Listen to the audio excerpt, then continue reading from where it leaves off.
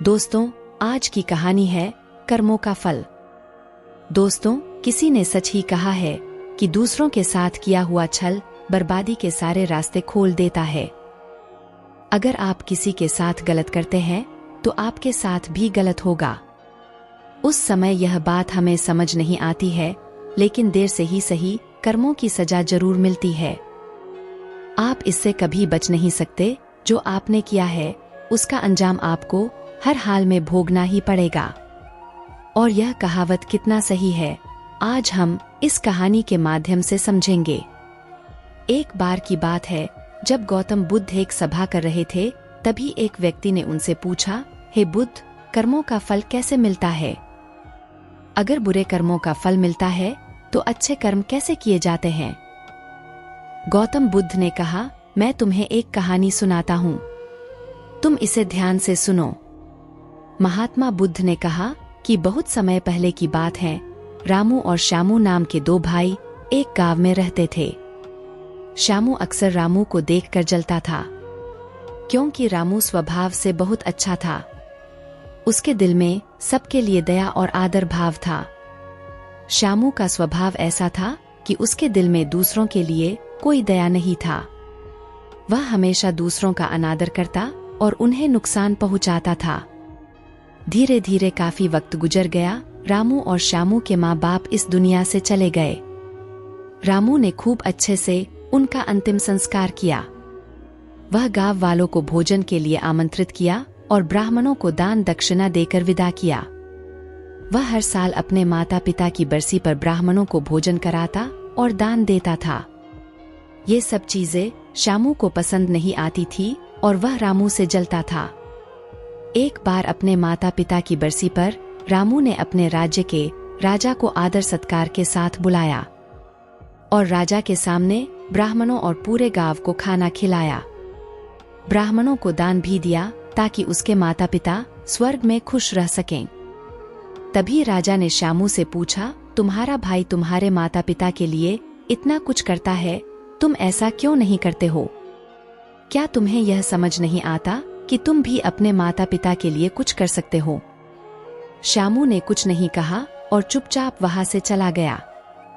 उसे गुस्सा आ रहा था, क्योंकि राजा ने उसकी बेइज्जती की थी और वह रामू से अपने अपमान का बदला लेने का सोच रहा था। अगले दिन उसने ढोंग करना शुरू कर दिया। नगर के सामने जोर जोर से चिल्लाने लगा और कहने लगा कि मेरे माँ बाप मेरे सपने में आए थे, वे स्वर्ग में खुश नहीं है। कोई वहां जाकर उन्हें खाना बनाकर खिलाए, वो तभी खुश रहेंगे। उन्होंने मुझसे सपने में कहा था कि रामू को मेरे पास भेज दो, वह उनकी बहुत सेवा करता है, वह इसके साथ बहुत खुश रहेंगे।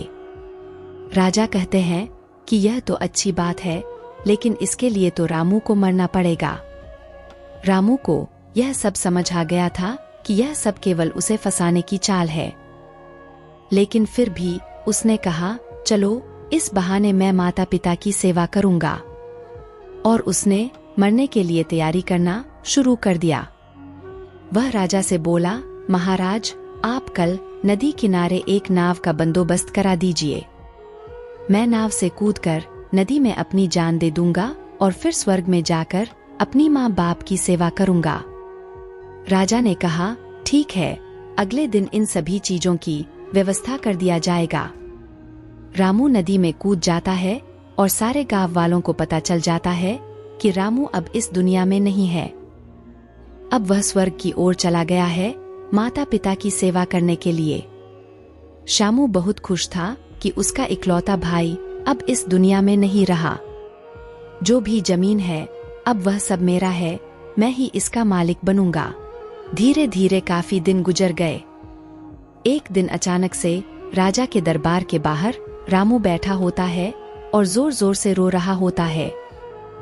राजा के सिपाही उसे दरबार में ले जाते हैं और पूछते हैं, यह चमत्कार कैसे हुआ? तुम जिंदा कैसे हो? तब रामू बताता है, मैं स्वर्ग में गया था, मैंने देखा मेरे माँ बाप अभी भी खुश नहीं है। वो मेरे पर गुस्सा हो रहे थे और कह रहे थे कि तुम्हें तो खाना बनाने भी नहीं आता। तुमसे अच्छा तो श्यामू है जो तुमसे अच्छा खाना बना लेता है। तुम जाओ और उसे भेज दो।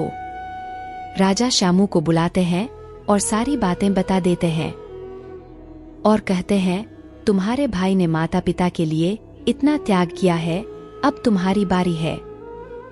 क्या तुम उनके लिए ऐसा कुछ नहीं कर सकते? श्यामू को ना चाहते हुए भी ये सब करना ही पड़ता है। अगले दिन फिर से सारी तैयारी किया जाता है। श्यामू घर आकर सोचता है, मैं वहां जाऊंगा ही नहीं, अगले दिन शहर छोड़कर कहीं और चला जाऊंगा। फिर रामू ने राजा को सारा सच बताया।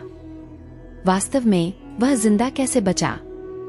उसने पहले ही मछुआरे से बात कर ली थी, जिससे उसकी जान बची और वह 1 महीने तक नगर से दूर रहा था।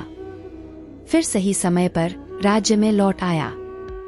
उसने ये सब केवल इसलिए किया क्योंकि वह श्यामू को एक सबक सिखाना चाहता था।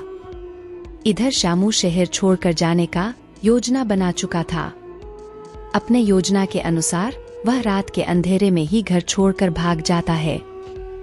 वह घर छोड़कर कुछ दूर गया ही था कि तभी राजा के 2 सैनिकों की नजर उस पर पड़ती है और उसे रोकने का प्रयत्न करते हैं।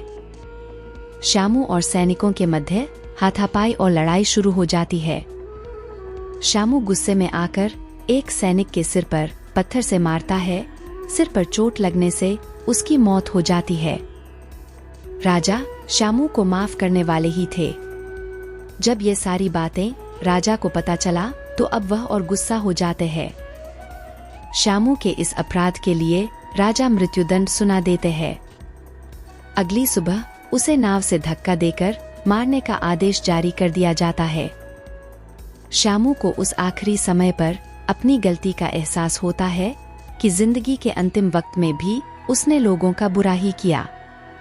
उसे भी अपने जीवन के आखिरी पलों में गलती का एहसास होता है, पर वो कहावत तो सुनी होगी कि अब पछताए होत क्या, जब चिड़िया चुग गई खेत।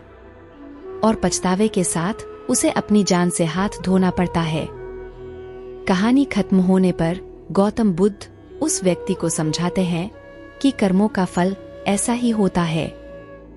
बुरे इंसान को आखिरी वक्त तक सही और गलत का पहचान नहीं होता।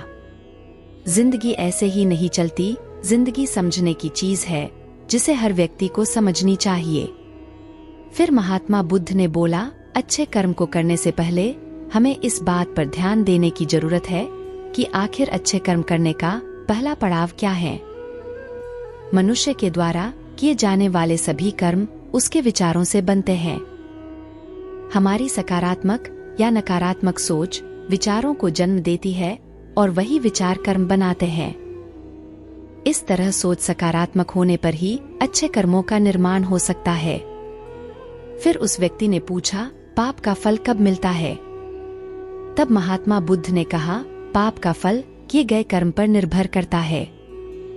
अगर आप किसी के साथ गलत करते हैं तो आपके साथ भी जरूर गलत होगा। जब तुम दूसरों के लिए अच्छा करते हो तो बदले में तुम्हारे साथ भी अच्छा होता है। जब तुम किसी दूसरे का बुरा करते हो और तुम्हें लगता है कि तुम्हारे साथ बुरा नहीं होगा, यह हो सकता है कि उस वक्त तुम्हारे साथ कुछ बुरा ना हो, लेकिन कभी न कभी इसका हर्जाना तुम्हें भुगतना ही पड़ता है। इसलिए तुम्हें किसी के साथ बुरा नहीं करनी चाहिए, क्योंकि कर्मों का फल कभी न कभी मिलता जरूर है। तो दोस्तों, हमने इस कहानी से क्या सीखा? इस कहानी से हमें यह शिक्षा मिलती है कि हमारे कर्मों का फल हमेशा हमारे साथ रहता है।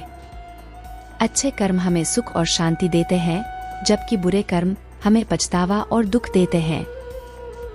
दोस्तों, मुझे उम्मीद है कि यह कहानी आप सभी को अच्छी लगी होगी और आपको इस कहानी से कुछ सीखने को मिला होगा। ऐसी ही और स्टोरी के लिए प्लीज आप वीडियो को लाइक करके चैनल को सब्सक्राइब कर ले। मैं हर दिन ऐसी स्टोरी लाती रहती हूँ।